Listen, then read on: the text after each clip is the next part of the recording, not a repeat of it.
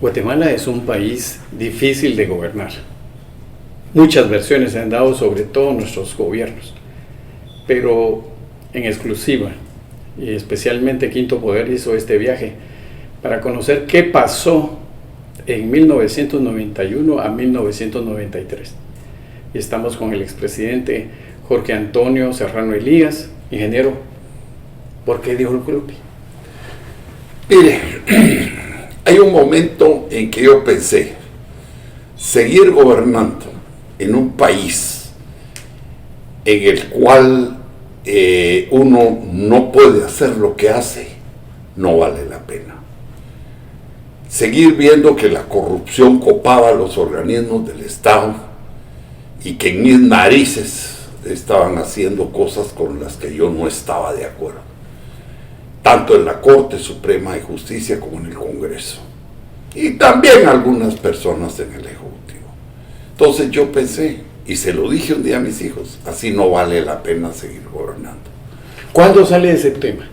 ¿Qué le dice usted a sus hijos?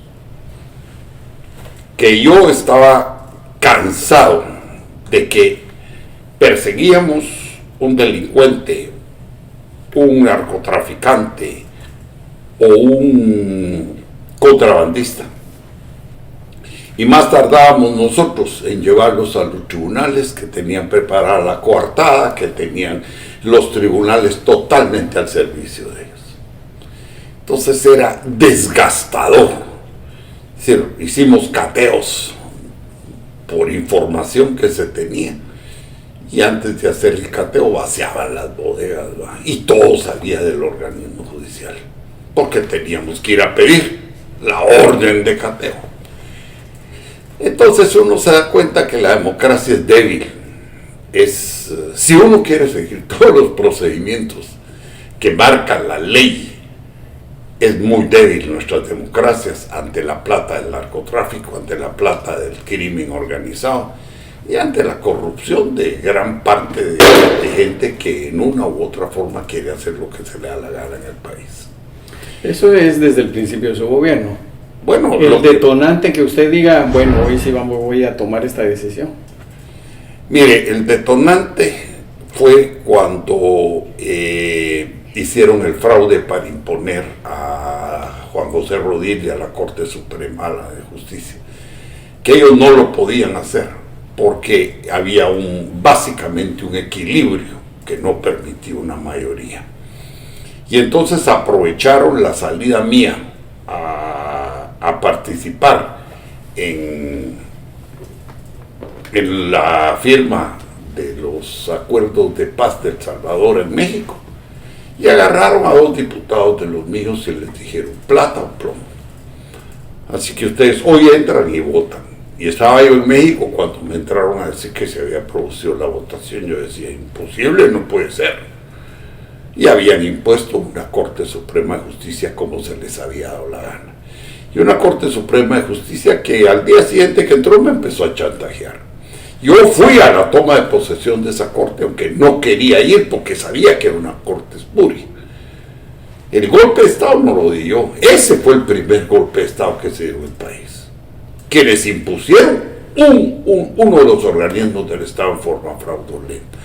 Pero me dijeron, mira, en aras de la democracia anda, y yo demostré, pero al poco tiempo eran chantajes. Para mí, para funcionarios míos. ¿Qué chantajes eran? Por ejemplo, había un grupo influyente políticamente en el Congreso que quería una generadora de energía en Champerico. Y entonces se fueron... ¿Qué grupo es? Era el grupo que en ese momento, ahorita ya ni hay referencia de ellos, ¿verdad? Pero era un grupo de diputados de varias bancadas que manejaban el Congreso como se les daba la gana.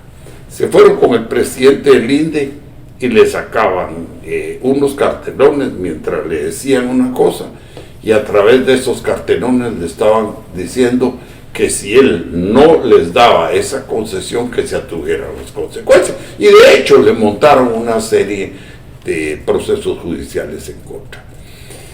Entonces todo esto era, a mí bueno, yo no soy un individuo, digamos, en aquel tiempo menos, con una capacidad de tolerar ese tipo de arbitrariedades y de chantajes y de robos y de todo. Entonces me fui cansando hasta que un día dije, no vale la pena seguir ostentando un título de presidente y ser un monigote de estos. Yo pude escribir La Guayaba tiene dueño y puedo escribir lo que se me dé la gana. ¿Qué pasa después del 25 de mayo, cuando usted da el mensaje?